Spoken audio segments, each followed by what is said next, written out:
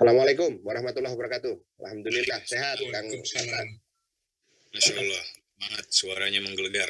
Mudah-mudahan nanti kita akan bahas tuntas, walaupun tidak sampai pada ketuntasan problematikanya, tapi mungkin ada banyak hal, terutama terkait masalah penyelesaian, solusi, dan juga bagaimana aksi kita sebagai seorang Muslim melihat konflik yang terjadi di Rusia dan juga Ukraina. Yang terakhir, Ustadz Budi Mulyana, kita masih menantikan konektivitas dengan beliau. Mudah-mudahan dalam waktu dekat, insya Allah beliau bisa bergabung bersama kita di dalam diskusi pada sore hari ini. Baik, sebagai pengantar, Ukraina dan Rusia merupakan satu kawan ya. Kalau kita bicara kawan itu karena dalam satu persemakmuran dulu di dalam USSR, kemudian pecah dan masing-masing memiliki jalan hidupnya. Secara umum, negara-negara yang ada dalam pecahan Uni Soviet itu bersatu di dalam sebuah naungan. Dulu ada Pakta Warsawa, kemudian berubah menjadi CSTO, kemudian juga ada yang bergabung dengan NATO. Tapi nanti kita akan coba bahas lagi dari aspek yang paling pertama dan yang paling nampak hari ini. Apalagi kalau bukan dari sisi aspek militernya nih. Saya langsung ke Pak Slamet Ginting. Pak Slamet Ginting, dari sisi peta militer atau peta kekuatan militer Ukraina dan Rusia, bagaimana Bapak melihat perseteruan dan juga eskalasinya ke depan? Baik, Kang Karta, tentu kita harus mulai dulu dari sejarah ya. Jadi setelah pasukan Sekutu dan Uni Soviet bersama-sama mengalahkan rezim Nazi Jerman pada tahun 1945, maka terjadi persaingan antara Uni Soviet dan aliansi negara barat yang dalam hal ini dipimpin oleh Amerika Serikat. Inilah yang menjadi cikal bakal munculnya NATO yang terus berekspansi ke timur dan juga perbatasan Rusia. Rusia menjawabnya, jadi kondisi ini setelah Perang Dingin juga selesai dan juga Uni Soviet bubar, maka NATO muncul dan terus menambah kekuatannya, berekspansi ke timur dan juga perbatasan Rusia. Karena itu Rusia menjawabnya dengan menciptakan aliansi Pakta Warsawa ya dulunya, kemudian yang sekarang pasca runtuhnya Uni Soviet muncul CSTO. Nah, Rusia tentu kita ketahui memimpin aliansi militer sejumlah negara yang bernama CSTO itu Organisasi Perjanjian Keamanan Kolektif gitu ya. Dan ini adalah aliansi yang menaungi Rusia dengan beberapa sekutunya yang dibuat salah satunya juga untuk menyaingi Pakta Pertahanan Atlantik Utara NATO di Eropa.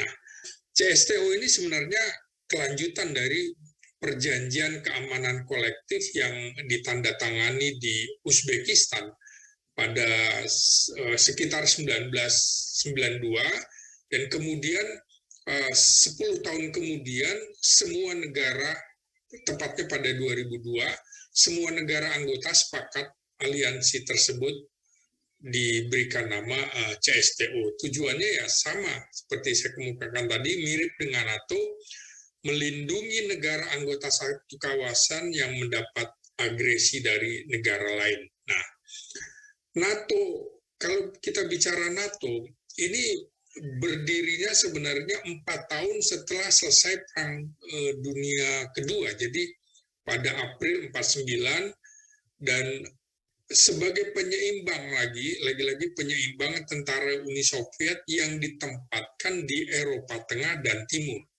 Jadi ini kawasan Eropa Barat dikuasai NATO, Eropa Tengah dan Timur dikuasai oleh Soviet, Pakta Warsawa, yang kemudian menjadi Pakta Warsawa itu. Nah, jadi dalam perang atau agresi militer Rusia ke Ukraina ini, kredibilitas aliansi NATO dipertaruhkan karena keinginannya untuk menempatkan pasukan yang berbasis di kawasan di negara yang kewaspadaannya tinggi untuk Eropa. Jadi langkah ini tentu saja dimaksudkan untuk menekan Presiden Rusia Vladimir Putin yang supaya jangan masuk ke Ukraina. Tapi kemudian sebagaimana kita ketahui di akhir Februari itu tentara Rusia masuk ke Ukraina. Nah, NATO yang merupakan inti dari strategi pertahanan Amerika Serikat ini tentu diuji dalam kasus invasi Rusia di Ukraina ini. Nah, sebagaimana kita ketahui, sebenarnya ketika akhir tahun itu Rusia sudah menarik pasukannya sekitar 10.000 tentara dari perbatasan Ukraina. Dan informasi ini kemudian menihilkan rumor bahwa Rusia akan menginvasi negara Ukraina pada awal tahun 2022 ini. Jadi penarikan pasukan Rusia ini kemudian dianggap tidak akan ada lagi invasi Rusia ke Ukraina. Tapi manuver militer yang dilakukan Rusia ini sebenarnya bukan yang pertama ya, karena hal serupa juga pernah dilakukan pada, kalau tadi Desember, sekitar Maret-April 2021 juga, dan tahun-tahun sebelumnya Rusia berulang kali mengerahkan tentara di sekitar perbatasan Ukraina maksud saya, dan kemudian menarik kembali. Jadi ini penarikan kembali yang ketiga kali di Desember itu. Nah ini kan diawali ketika Rusia pada tahun 2014 itu sudah ada di perbatasan Ukraina karena buruknya komunikasi politik atau diplomasi antara pemimpin Rusia dengan pemimpin Ukraina. Jadi sudah sejak tahun 2014 cikal bakal ketegangan kedua negara itu. Jadi militer itu menjadi semacam wakil dari keputusan negara bahwa akan bermusuhan, akan berdamai atau seperti apa. Jadi sejak 2014 itu memang sudah ada ketegangan. Nah, pada 2014 juga terjadi, ini karena terjadi perubahan rejim yang ditandai dengan penggulingan Presiden Viktor Yanukovych. Viktor Yanukovych ini pro-Rusia. Nah, pengganti Yanukovych ini Petro Poroshenko dan sekarang Volodymyr Zelensky merupakan presiden yang relatif pro-Barat, pro-NATO. Nah, ini yang menjadikan keinginan Ukraina menjadi anggota NATO, bahkan diawali dengan keinginannya menjadi anggota dari Uni Eropa dan NATO. Nah, inilah yang menjadi tujuan politik luar negeri Ukraina sejak 2014. Nah, ketegangan ini ketika kemudian Presiden Viktor Yanukovych digulingkan, maka bagi Rusia ini merupakan sebuah ancaman kalau betul-betul Ukraina itu menjadi bagian dari NATO. Maka kemudian Rusia ini merasa sangat terancam, berbeda tentu dengan kondisi sebelumnya, sebelum 2014. Jadi manuver militer Rusia di akhir 2021 yang seperti saya kemukakan di awal, itu jelas memiliki hubungan karena keinginan yang kuat dari Ukraina untuk bergabung dalam NATO. Hal ini tentu diketahui setelah Vladimir Putin melakukan komunikasi dengan Presiden Amerika Serikat Joe Biden pada awal Desember 2001, Putin itu menanyakan soal apakah kemudian ketegangan Rusia dengan Ukraina pada 2021 itu dapat diturunkan menurut Putin jika Amerika memberikan jaminan bahwa Ukraina tidak akan menjadi anggota NATO. Nah, tapi permintaan Putin itu ternyata bertepuk sebelah tangan. Biden dan sejumlah negara Barat, terutama dalam aliansi NATO-nya, tidak menggubris keinginan Putin karena bagi mereka adalah hak Ukraina mau bergabung dengan NATO atau tidak. Jadi jangan coba ikut campur negara berdaulat. Nah, hal ini kan disampaikan juga oleh Sekjen NATO setelah pertemuan antara Putin dengan Joe Biden itu, yang kemudian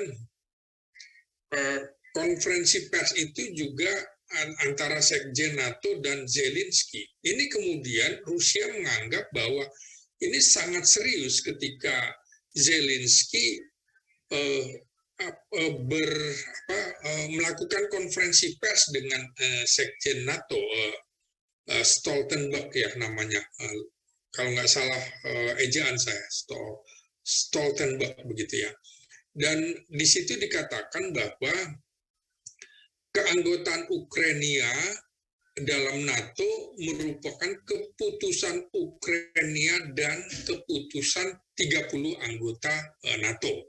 Jadi Rusia jangan coba masuk ke wilayah ini. Nah, bagaimana kemudian kelangsungan Ukraina dalam keanggotaan NATO ini juga kemudian menjadi polemik yang hebat, karena tidak semua negara NATO juga sependapat kalau Ukraina bergabung dalam NATO. Harus ada jaminan bahwa Ukraina perlu memenuhi beberapa persyaratan politik dan juga persyaratan militer. Nah, karena ini memang fakta pertahanan militer, bukan sekadar fakta politik. Jadi harus memenuhi unsur politik dan juga unsur militer. Nah, jadi tahapan ini yang harus dilalui oleh Ukraina. Nah, sebelum tahapan tersebut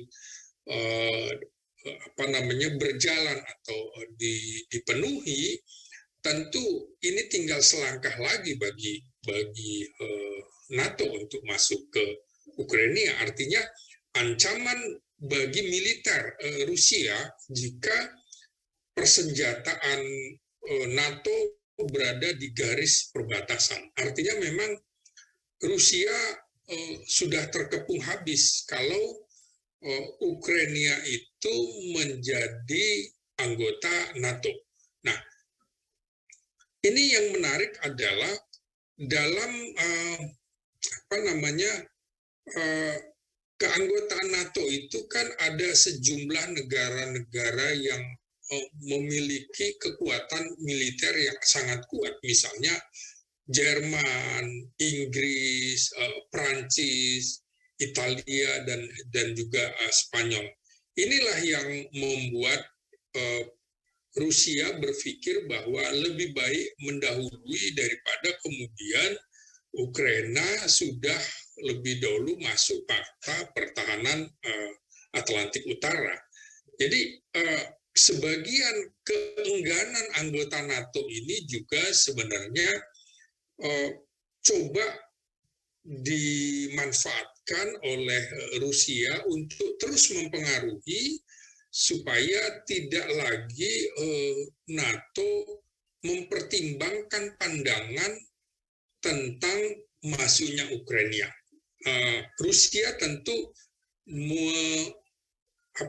menjelaskan sejarah Perang Dunia Pertama dan Kedua, dan dia bukan, walaupun Soviet sudah pecah, tapi dia masih memiliki kekuatan militer yang sangat dibanggakan dan diandalkan. Bahkan dalam kekuatan militer dunia, Rusia ini masih nomor 2 di bawah Amerika, dan persenjataannya juga tidak kalah daripada Amerika. Bahkan punya misil, punya rudal yang bisa dalam tempo setengah jam begitu meluluhlantahkan New York. Ini yang membuat Amerika juga berpikir kalau Rusia sudah kehilangan kesabaran.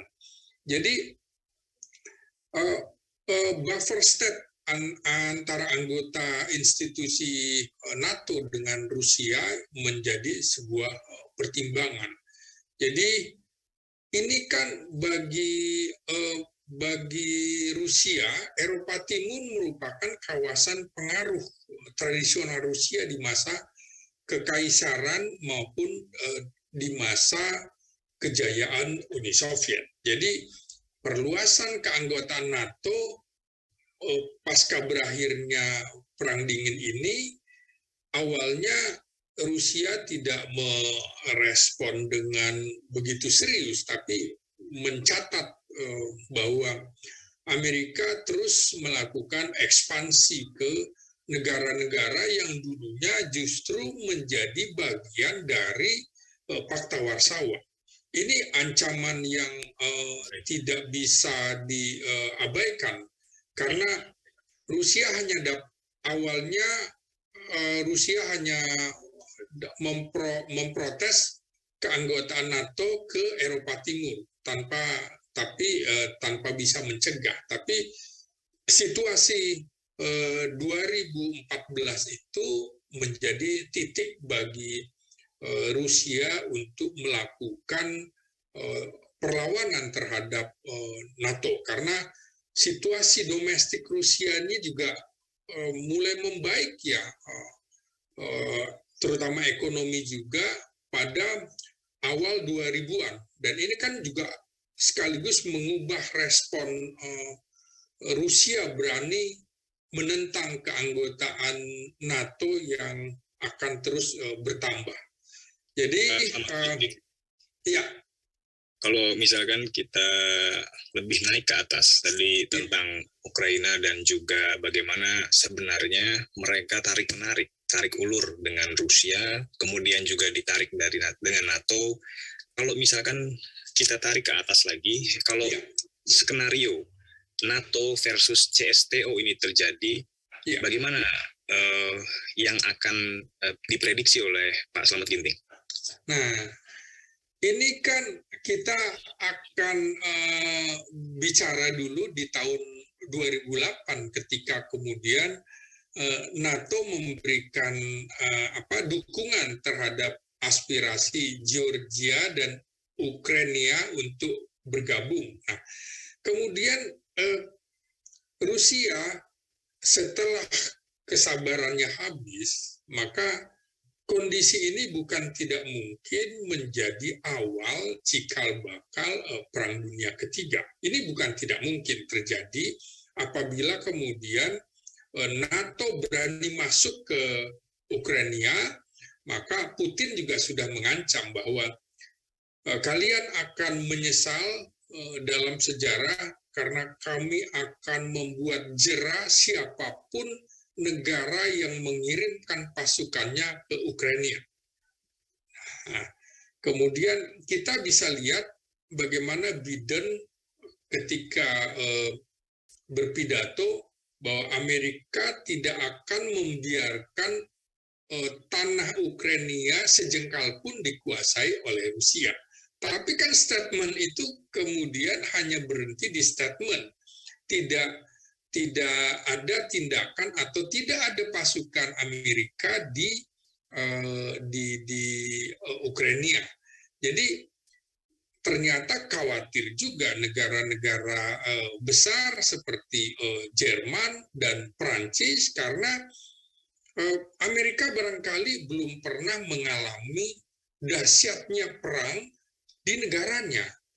Beda dengan Jerman dan Prancis ketika Perang Dunia Pertama dan Perang Dunia Kedua. Makanya kemudian dalam sebuah guyonan politik di kedua negara, mereka mengatakan enak aja Amerika perang di Eropa, kami yang bersusah payah, kalian tidak mengirim apa-apa, kami yang hancur, Amerika tidak mengalami dampak perang yang luar biasa. Karena itu kemungkinan Perang Dunia Ketiga akan berlangsung dan tidak berlangsung ini juga sangat tergantung apakah respon NATO akan segera menempatkan pasukannya di Ukraina atau tidak. Kalau ini terjadi, maka bukan tidak mungkin aliansi yang pro-Rusia, dalam hal ini misalnya India, kemudian Cina, Korea Utara, dan juga negara-negara CSTO akan mendukung. Kalau ini terjadi, maka mirip seperti Perang Dunia Kedua. Nah, ini kan juga kita bisa lihat bagaimana Polandia membuka pintu lebar-lebar bagi pengungsi NATO. Nah, ini juga bisa saja kemudian Polandia menjadi sasaran berikut dari Rusia karena menampung imigran pelarian dari Ukraina. Apalagi kalau pelarian itu adalah pelarian militer karena ini kan sudah dinyatakan perang. Jadi maka yang disasar adalah militer dan juga pangkalan-pangkalan militer di Ukraina. Jadi potensi Perang Dunia Ketiga bisa saja terjadi sambil melihat perkembangan setelah invasi itu berlangsung selama sepekan ini. Begitu, Kang Karta. Baik, jadi ini masih eskalasinya terus berkembang ya, Pak Ya. Slamet Giting, Ya. terutama